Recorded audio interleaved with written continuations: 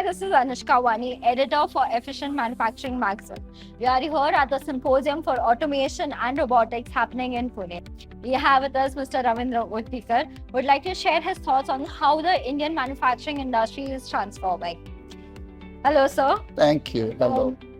So to begin with, can you tell us how the Indian manufacturing industry, the market dynamics have changed over the years? So if you look at India, it was primarily agriculture economy from independence. Then this whole thing about manufacturing focus came in. And then as we got into the internet era, the whole momentum has been now shifting and now lying heavily towards service industry. So today, if you look at the share of service industry to the GDP, it's highest, followed by agriculture and manufacturing. The reality is that for any country to become great or to be able to achieve its potential, manufacturing sector has to do well. It has to create the kind of work environment, the kind of jobs, maybe different types of job from what we have seen in the past. The government understands that, and they have taken fantastic steps in terms of Make in India movement, performance links incentives, and many other things. So the manufacturing sector has to do well for India to realize its vision of becoming a developed nation. And government understands this only too well. So it has taken landmark measures by way of Make in India campaign, performance links incentive campaign, to not only step up the game for the traditional industries, but also to attract the new industries such as semiconductor industry, as a matter, Yes. or next level of industries. So I think what we are seeing slowly, that this China plus one strategy, which obviously is aimed at de-risking the supply chains from Absolutely. just having China as a base, India continues to enjoy distinct advantage. And this strategy will take time to pan out because the manufacturing is capex intense, requires time to set up. But I think from what we have seen, Right. take as an example the India's mission to Davos, and you can recall that Honorable Chief Minister Devendra Fadnavis ji said that Maharashtra has been able to sign MOUs worth several lakh crore rupees, and many of those MOUs are rolling out, fructifying. So what we will see in the times to come, that this whole endeavor about Make in India campaign, Make in Maharashtra campaign for that matter, performance linked incentive, and this China plus one strategy, which attracts the foreign major players to develop alternate supply chains than China to de-risk, Right. is going to pan out very well. Absolutely. And I think the apprehension about whether the because we are in a robotics and automation conference, so the apprehension about whether the robotics and automation and speeding up to industry 4.0 and 5.0 will cost human jobs. So the jury is out yet, but it is true that some jobs will be lost, but we must speak in the same breath that new jobs will be created, and they will be in the form of developing artificial intelligence, maintaining it, upkeeping it, because the technology is progressing very fast, and also de-risking it from the cyber security or data privacy attacks. So kind of new jobs will get created in terms of managing these systems.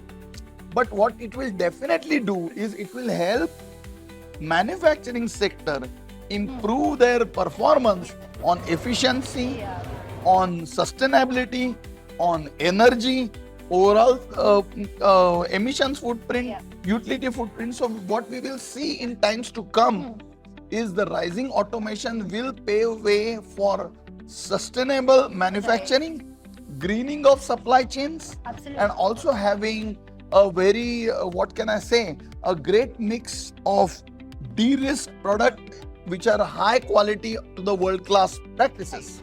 Absolutely. I mean, with that being said, you also brought up a topic about how, people are in talks that, how AI is going to take their jobs away. So do you think that, these companies can, fill these skill gaps, or, how can they overcome these challenges? So, first of all, let's appreciate that the AI for manufacturing sector business case is yet to be fail proof. Of course, we have seen examples like Adidas, Tesla, you can Fanuc for that matter, or even for that matter Philips. So there are many companies, but this works well on the serial or assembly manufacturing. Now, manufacturing sector is vast. It has discrete manufacturing. There is a process industry. So we are yet to see AI reaching that far, but it will get there.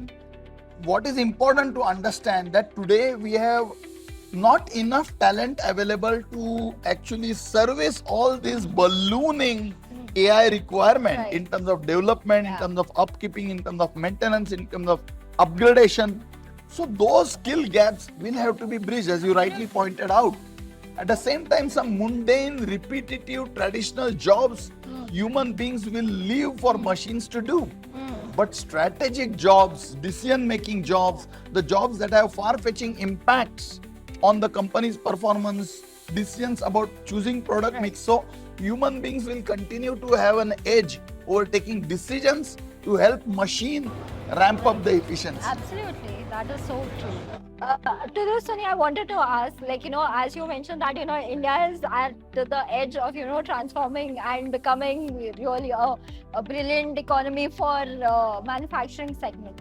So with that, US President Trump also introduced tariffs. So do you think that this is affecting the Indian manufacturing industry in a way? And that's a great question. You don't have yes/no answers to it.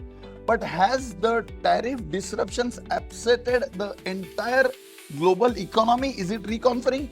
The answer is yes, we know. So therefore, manufacturing is just one critical piece. So naturally, it will get impacted. Right. People will be more cautious about putting their capex. People will go slow about Right. implementing their manufacturing, because tomorrow the whole game is about techno-commercial feasibility and viability, and you don't want tariffs to become a deal breaker there. Absolutely. So people are waiting to see how this dust settles down and how the tariff war pans out. Right. So today it's little bit like driving in a fog. There is no clarity, no visibility. So in a way, it has definitely slowed down the momentum, not just for manufacturing sector, but generally for economy as a whole, which we read in newspapers every second day. Absolutely, absolutely. Well, sir, thank you so much for sharing your insights and your time with us. Always a pleasure interacting with you. Thank you so much for having me over. I always enjoy interacting with EM team, and your articles and your overall discourse through your publications are very enriching. Thank And you. I am sure this will go a long way in helping India build a very resilient manufacturing sector. Thank Thank you so much. That means a lot. Thank you.